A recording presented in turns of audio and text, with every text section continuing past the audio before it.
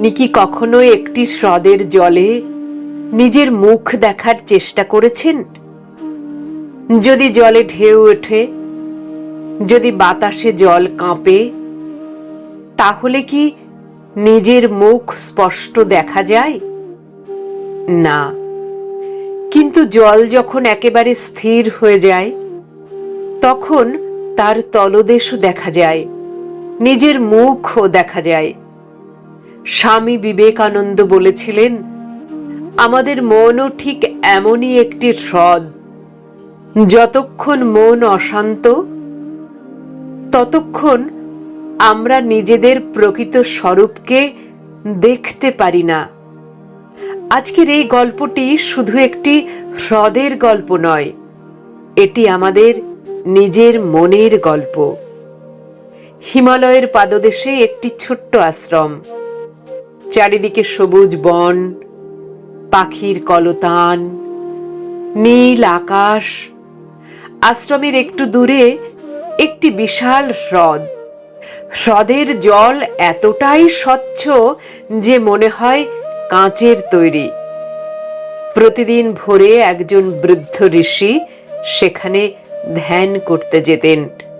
তার সঙ্গে যেত এক কৌতূহলী শিষ্য। একদিন শিষ্য জিজ্ঞাসা করল, গুরুদেব, আপনি প্রতিদিন এই হ্রদের ধারে কেন বসেন? ঋষি বললেন, কারণ এই হ্রদ আমার সবচেয়ে বড় শিক্ষক। শিষ্য অবাক হয়ে বলল, একটি হ্রদ আবার শিক্ষক হয় নাকি? ঋষি শুধু হেসে বললেন, আজ দেখবে। সকালে হঠাৎ জোরে বাতাস বইতে শুরু করলো। হ্রদের জলে বড় বড় ঢেউ উঠল।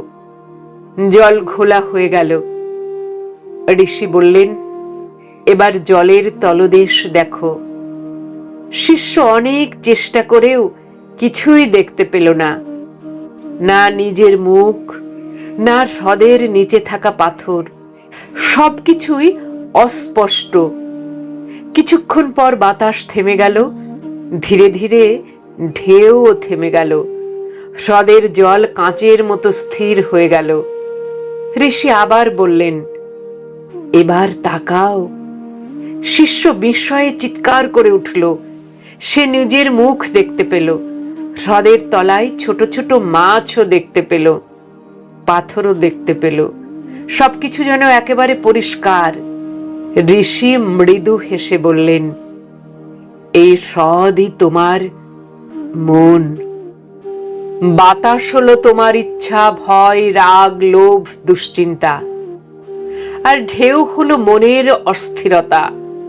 যতক্ষণ মনের মধ্যে এই ঢেউ চলবে, ততক্ষণ তুমি নিজের সত্যকে দেখতে পারবে না।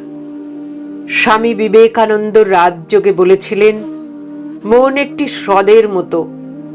প্রতিটি চিন্তা একটি ঢেউ, একটি রাগের চিন্তা, একটি ভয়ের চিন্তা, একটি লোভের চিন্তা, একটি অপমানের স্মৃতি। প্রতিটি চিন্তাই হ্রদের জলে নতুন ঢেউ সৃষ্টি করে। এই ঢেউ যত বাড়ে, সত্য তত আড়াল হয়ে যায়। আধুনিক জীবনের হ্রদ হলো আজকের মানুষ সারাদিন কি করছে। ঘুম থেকে উঠেই মোবাইল, সংবাদ, সোশ্যাল মিডিয়া, হাজার নোটিফিকেশন, অসংখ্য চিন্তা, একটি শেষ না হতেই আরেকটি। ফল, আমাদের মনের হ্রদে সারাক্ষণ ঝড় বইছে। তাই আমরা শান্তি খুঁজেও শান্তি পাই না।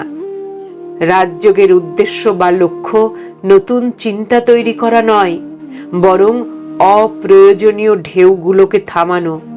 যখন মন ধীরে ধীরে শান্ত হয়, তখন মানুষ প্রথমবার নিজের অন্তরের আলো অনুভব করতে শুরু করে। ধরুন, একটি আয়নার সামনে দাঁড়ালেন। যদি আয়নাটি কাঁপতে থাকে, আপনার মুখ কি স্পষ্ট দেখা যাবে? না। মনও একটি আয়না। যখন মন স্থির হয়, তখন আত্মার প্রতিচ্ছবি স্পষ্ট হয়ে ওঠে। কেন ধ্যান? অনেকে বলেন, ধ্যান করলে কি লাভ? এই গল্পই তার উত্তর।